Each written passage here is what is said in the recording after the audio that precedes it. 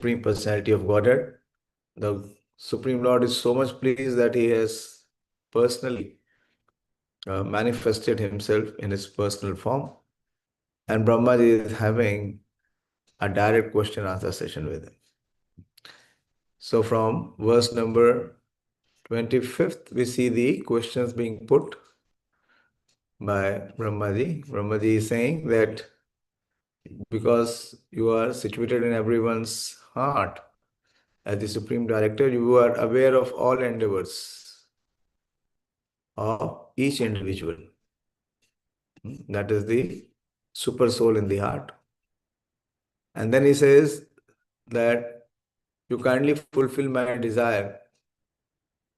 May I please be informed how, in spite of your transcendental form, you assume the mundane form, although you have no such form at all.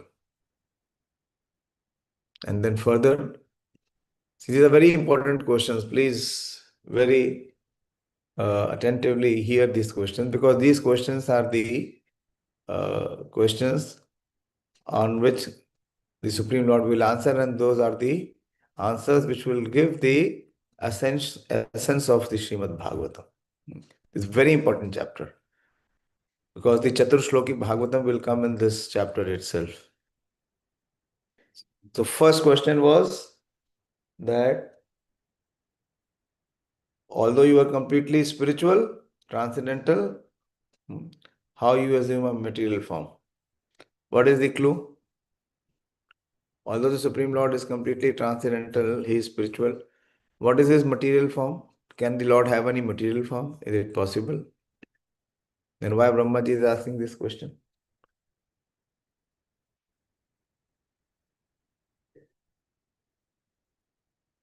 You have completed, we have read this all in the second canto initially.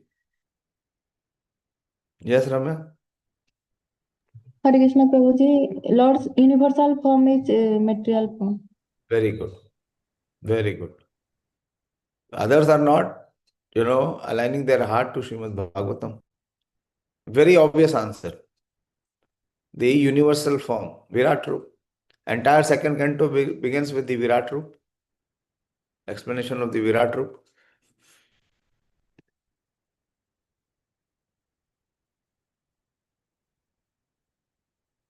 Then, what is the next question?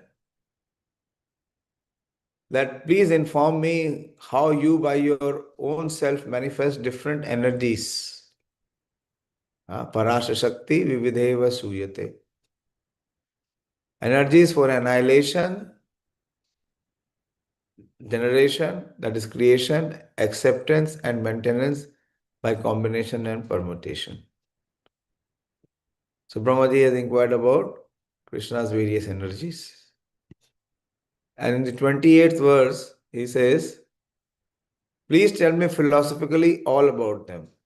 You play like a spider that covers itself with own energy, and your determination is infallible. So then he's asking this question that what is the activity, your activities, like you are playing like a spider, what are your activities in relation to material and spiritual energies? So three questions. Although you are completely spiritual and transcendental, you manifest a material form. Then your various spiritual and material energies working for creation, for maintenance, annihilation. And then what is the connection and relation to these material and spiritual energies? This is the third question. We did this verse yesterday, 28th verse. Yeah. And this is the fourth question.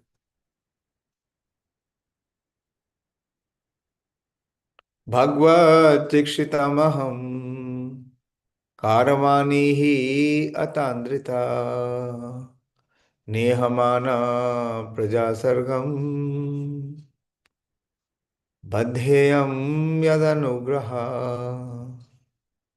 Please tell me so that I may be taught in the matter by the instructions of the personality of Godhead. and may thus act instrumentally to generate living entities without being conditioned by such activities. So, in a way, he is asking this blessings, this benediction, that I may be able to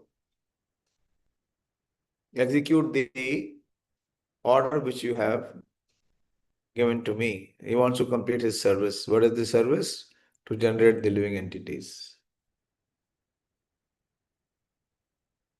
So, for execution of your instructions, please empower me and please also protect me that I do not get bound without being conditioned by such activities.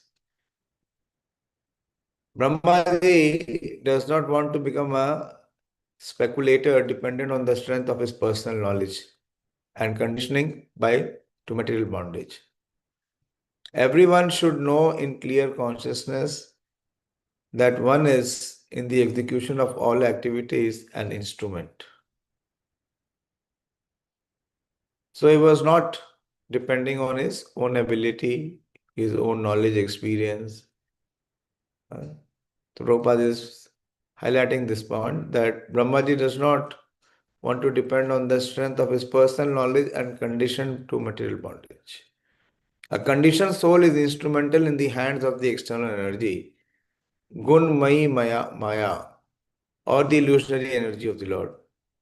And in the liberated state, the living entity is instrumental to the will of the personality of the Godhead directly. To be instrumental to the direct will of the Lord is the natural constitutional position of the living entity, whereas to be instrument in the hands of illusionary energy of the Lord is the material bondage for the living entity. In that conditioned state, the living entity speculates on the absolute truth and its different activities. But in the unconditioned state, the living entity directly receives knowledge from the Lord. And such a liberated soul acts flawlessly. Very important.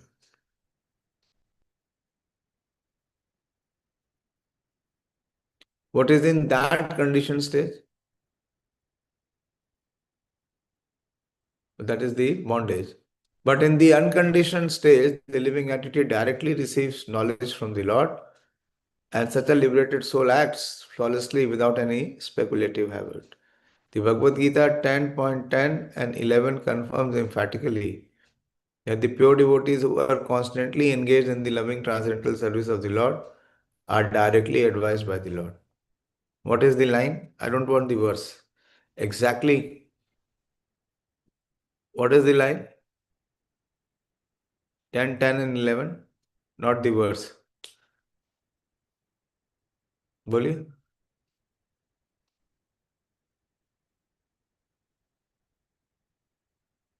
Yeah, the reference is given by Srila Prabhupada.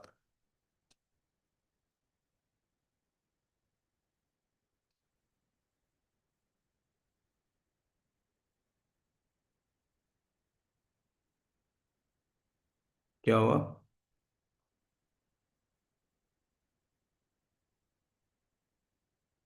What is the reference here? Prabhupada is quoting two verses from Bhagavad Gita.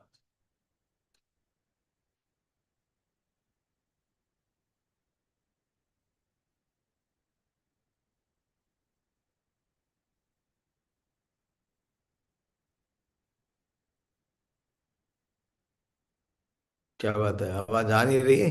Yeah, you're not able to hear? Give me the answer.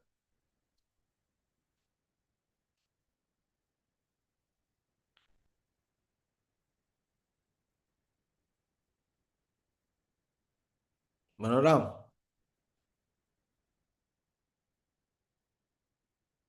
Hare Krishna Prabhu. Yeah, what is the answer?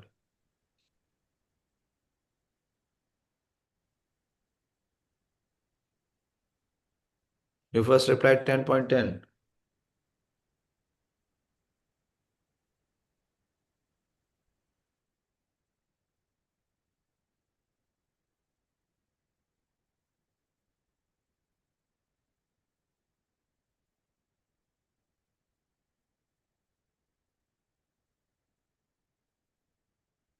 Why don't you don't know 10.10? Then you don't know Bhagavad Gita, to be honest. Purushottam?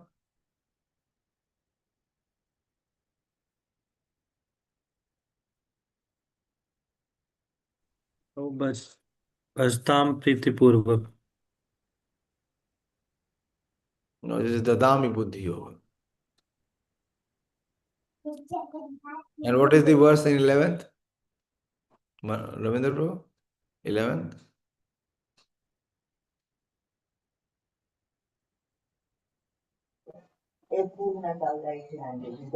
तेषाम् anugam Partha Yes. Tesham aham anukam partham. Aham ajnana jamatama. Nashyami atma bhavasto. Jnana deepena bhasvata. So Krishna will enlighten him one moment.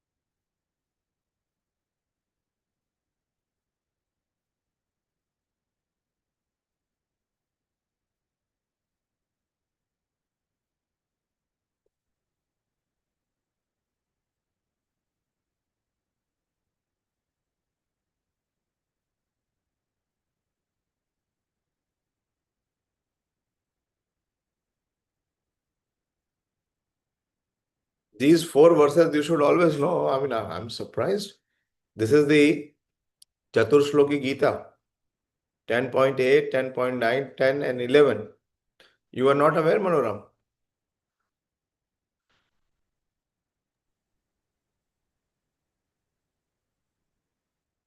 Every day you should spend some at least 15 minutes to study, Baba. What is the point? If this basic is understanding is not clear, then what we can understand Chaturshloki Bhagavatam, now Chaturshloki Bhagavatam, Krishna will speak.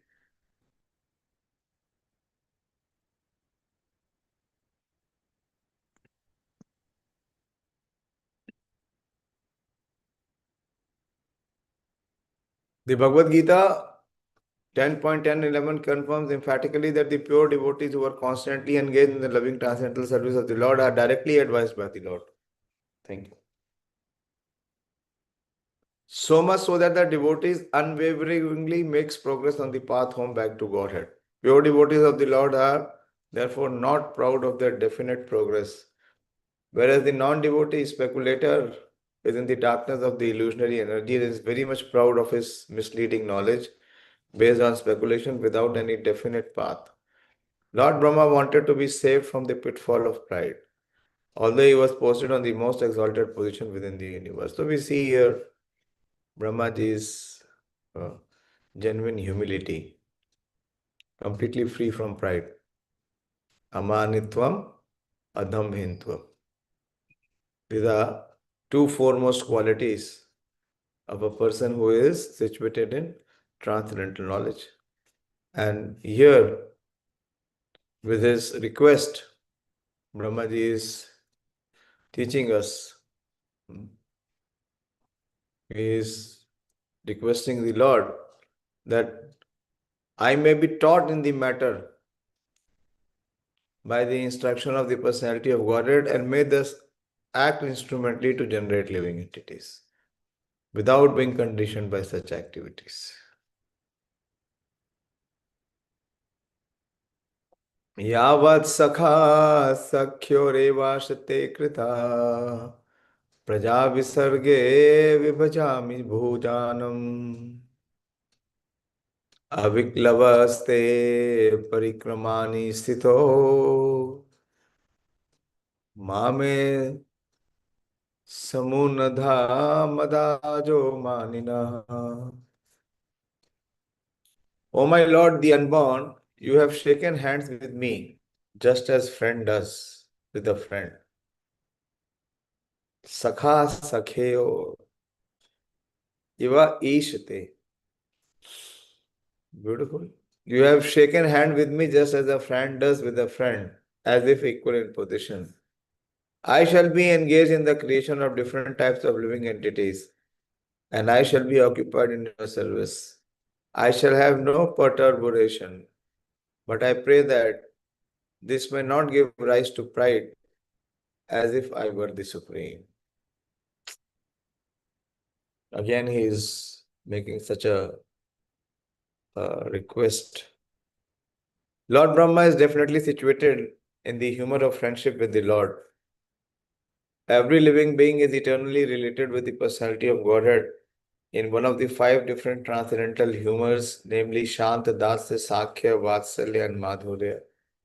We have already discussed these 5 kinds of humor in relationship with the personality of Godhead.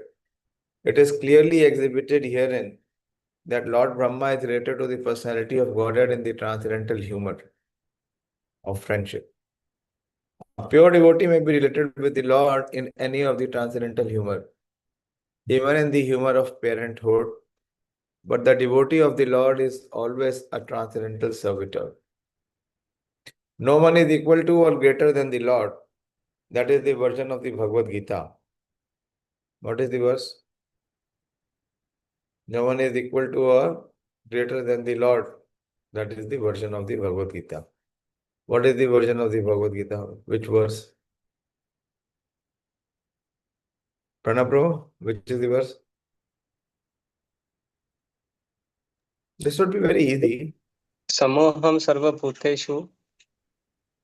Samoham sarvabhuteshu. Name dvesho asti na priya. Does it speak about this quality?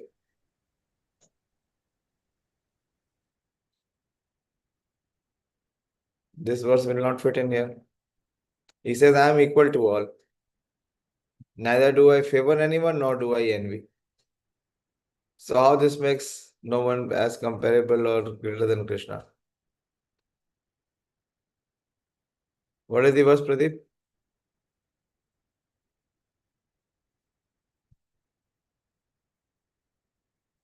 These verses, very basic verses.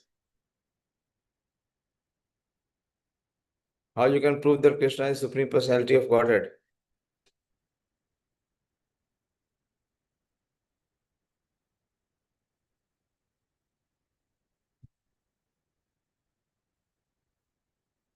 Priyanka?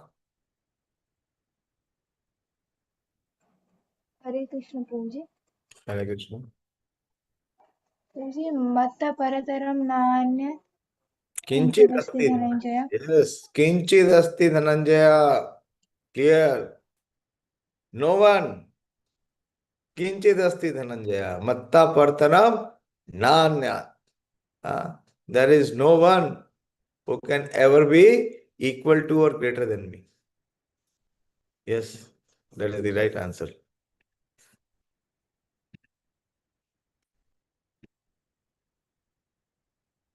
So that is the version of Bhagavad Gita. Brahmaji, although eternally related with the Lord in the transcendental humor of friendship, and although entrusted with the most exalted post of creating different grades of living entities, is still conscious of his position. And he is neither the Supreme Lord nor supremely powerful. It is possible that some extremely powerful personality within or without the universe may sometimes show more power than the Lord himself. Still, the pure devotees know that this power is the vibhuti delegated by the Lord, and such a delegated, powerful living entity is never independent. Prabhupada gives example. See very interestingly. Lord Ram empowered Hanumanji. Sri Hanumanji crossed the Indian Ocean by jumping over the sea. And Lord Sri Ramachandra engaged himself in marching over the bridge. But this does not mean that Hanumanji was more powerful than Lord Ram. Sometimes the Lord gives extraordinary power to his devotees, but the devotee knows always that the power belongs to the personality of Godhead and the devotee is only an instrument. Very, very important. This is only when the consciousness is very pure. The pure devotee is never puffed up like the non-devotee class of men. Prabhupada is giving a contrast. So anyone who gets puffed up means he's a non-devotee, he's not a devotee, who falsely think that they are God. It is astonishing to see how a person who is being kicked by the laws of the Lord's illusionary energy at every step can falsely think of becoming one with the Lord. Such thinking is the last snare of illusionary energy offered to the conditioned soul. The first illusion is that he wants to become Lord of the material world by accumulating wealth and power. But when he is frustrated in that attempt, he wants to be one with the Lord. So both becoming the most powerful man in the material world and desiring to become one with the Lord are different illusionary snares. And because the pure devotee of the Lord are surrendered soul, they are above the illusionary snares of Maya. Therefore, even though Lord Brahma is the first dominating deity in the material world and thus able to do many wonderful things, because he is a pure devotee, he would never like the non-devotee. He would never like the non-devotee with a poor fund of knowledge have the audacity to think of becoming one with the Lord. People with poor fund of knowledge should take lessons from Brahma when they are puffed up with the false notion of becoming God. Factually, Lord Brahma does not create the living entities. In the beginning of the creation, he is empowered to give different bodily shapes to the living entities according to their work during their previous millennium. Brahmaji's duty is just to wake up the living entities from their slumber and to engage them in the proper duty. The different grades of living entities are not created by Brahmaji, by his capricious whims, but is entrusted with the task of giving the living entities different grade of bodies according to their previous work, so that they can work accordingly. And still he is conscious that he is the only instrumental, so that he may not think of himself as the supremely powerful Lord. Devotees of the Lord are engaged in the specific duty offered by the Lord. And such duties are successfully carried out without hindrance because they are ordained by the Lord. The credit for success goes not to the doer but to the Lord. But persons with poor fund of knowledge take the credit for success into their own accounts and give nothing to the account of the Lord. That is the symptom of the non-devotee class of men. So essentially, what we discussed is these 4 essential questions which have been asked by Brahmaji here. So let us first understand these 4 questions so that when we come to the Chaturshloki Bhagavatam, we may be clear that what Krishna is replying and in what context. Okay, so what is the first question of Brahmaji? What was the first question of Brahmaji? Let us spend some time in understanding these questions, having clarity on what the questions are, and then when the Supreme Lord will speak, to have better understanding. बोलिए क्या प्रश्न पूछा? What was the first question by Brahma ji?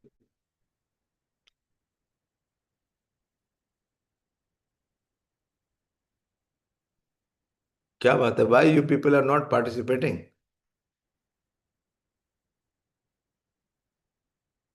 Only Ramya is raising hand and she is answering. Others are, I don't know. What is the thought? Yes, Manoram? The first question Lord Brahma asked was that Lord Krishna, the Supreme Lord is transcendental, but how he took material form? Yeah. So he wants to know about the various forms of the Lord, in particular his form in relation to this material creation or the material world. So that is the first question. Okay. What is the second question? Pranab Prabhu, what is the second question? Hare Krishna Prabhuji. Second question is how Lord Krishna by his energy manifest this and annihilate this material energy?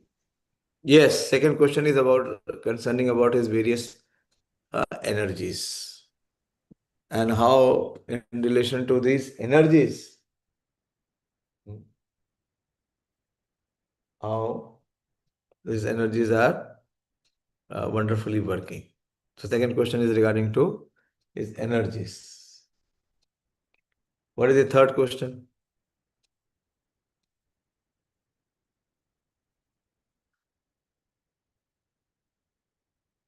Pradeep, what is the third question?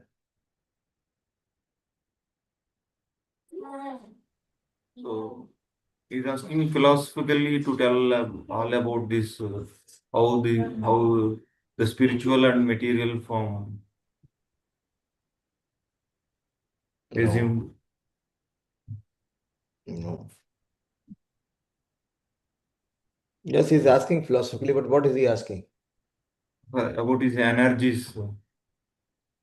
Yeah, how the Supreme Lord is playing like a spider. Example is given, na? Like the spider creates the net and then he winds it up, he swallows it. So, in relation to the energy, how the Supreme Lord is active, his activities, his actions are. Okay. And what is the last question? Purushottam, what is the final question? Hare Krishna, Prabhuji. Last question, Brahmaji asking that please taught me to generate the living entity without being conditioned by such activities. No, he's asking empowerment so that I can execute the instructions that you have given to me. I can carry out your order of creating the living entities without being affected by doership or pride. Free from the false doership and pride. Okay, understood? So these are the 4 questions which have been asked. So these questions are similar to the questions which have been asked by Parikshit Maharaj. Actually, you know how we have come here? Because it was Parikshit Maharaj who asked the questions from Shukdev Goswami. And what did Shukdev Goswami do? He cited the instance of this episode of Brahmaji. You see, 2.8. In 2.8, Parikshit Maharaj is asking questions. How did the Jiva who is spiritual attain a body which is material? A similar question Brahmaji is asking, that you are completely spiritual and transcendental. So how have you attained a material form? Isn't it? Exactly the same question. Then question number 2 and question number 3 in the 23rd verse.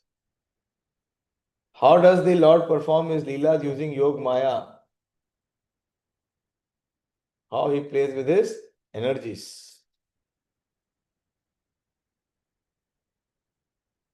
Okay, so second question and third question is same. There's a question which is raised by Parikshit Maharaj. And now the Lord will reply. Before we come to the Chatur Shloki, let us see what Lord replies. Shri Bhagavan Uvacha Jnanam Param Guhyam Me Yad Vijnana Samanvitam Sarahasyam Tadangam Cha Grahana Gaditam Maya. The Supreme Personality of Godhead said, knowledge about me as described in the scriptures is very confidential. Sarahasyam. And it has to be realized in conjunction with the devotional service. The necessary paraphernalia for that process is being explained by me. You may take it up carefully. The Lord is cautioning even Brahmaji, who is so sincere, to hear the process, what Krishna is going to explain. Lord Brahma is the topmost devotee of the Lord within the universe. And therefore, the personality of Godhead replied to him, to his four principal inquiries in four important statements, which are known as the original Bhagavatam in 4 verses. These were the Brahma's question. Prabhupada is again emphasizing. What are the forms of the Lord both in matter and in transcendence? How are his different energies of the Lord working? How does the Lord play with his different energies? How may Brahma be instructed to discharge the duty entrusted to him? Okay, so these are the 4 questions. The prelude to the answer is this verse under discussion, wherein the Lord informs Brahma that knowledge of him, the supreme absolute truth, as it is stated in the revealed scripture, is very subtle and cannot be understood unless one is self-realized by the grace of the Lord. The Lord says that Brahma may take the answer as he explains them. This means that transcendental knowledge of the absolute supreme being can be known if it is made known by the Lord himself. By the mental speculation of the greatest mundane thinkers, the absolute truth cannot be understood. The mental speculators can reach up to the standard of impersonal Brahman realization. But factually, complete knowledge of transcendence is beyond the knowledge of impersonal Brahman. Thus, it is called the supreme confidential wisdom. Out of many liberated souls, someone may be qualified to know the personality of Godhead. In the Bhagavad Gita, it is also said by the Lord himself that out of many thousands of people, one may try for perfection in human life. And out of many liberated souls, one may know him as he is. Who does not know this verse? I think all of you know this verse. पुरुषोत्तम क्या वर्ष है ये? मनुष्याणां सहस्रेषु कश्चित् यतीति सिद्धये. Next line.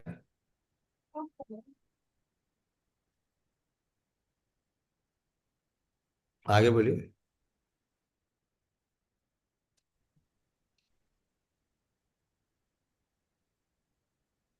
%50 में काम नहीं चलेगा.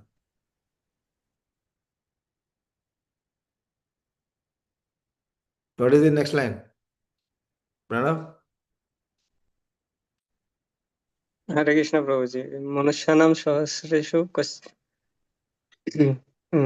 kaschit mam vetti tattata jatatam api siddhaya No. You are confusing. Last line is jatatam api siddhanam kaschit mam vetti tattata. Manusyanam sahasreshu. Then? Kaschit jatati siddhaye jatatam api siddhanam kaschit mam vetti tattata. Yes, this is right. Correct.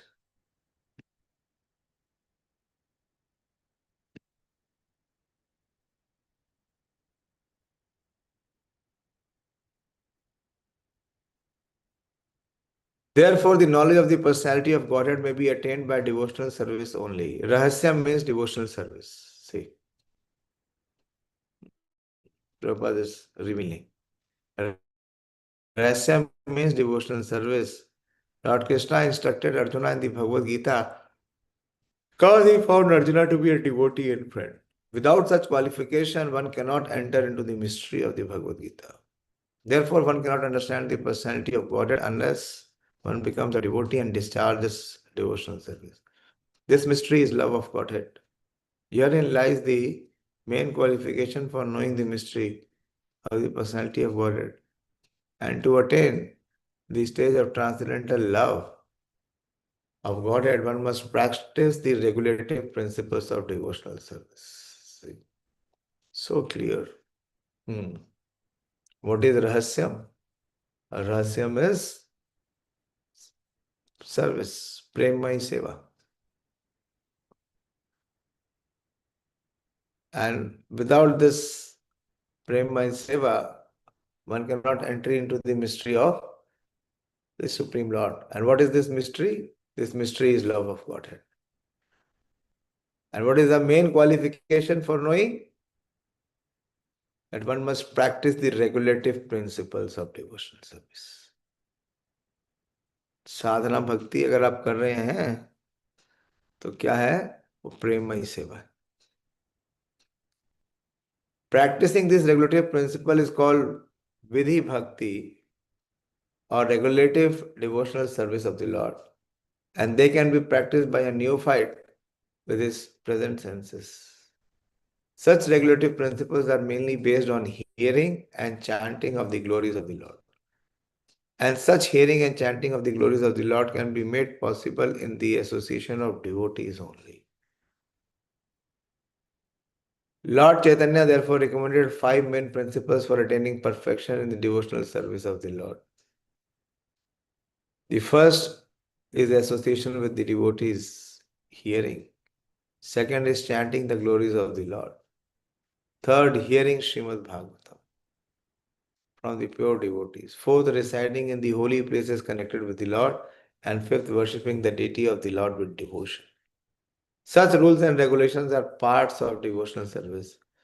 So as requested by Lord Brahma, the personality of Godhead will explain all about the 4 questions put forward by Brahma and others, which also are parts and parcels of the same questions.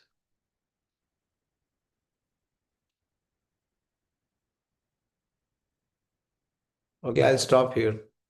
We'll discuss hopefully from Sunday further. Yeah. So please very thoroughly go through these questions, what Brahmaji has asked, and the Lord will begin to answer. Hare Krishna. From your side, you have any question or query or doubt, so please inquire.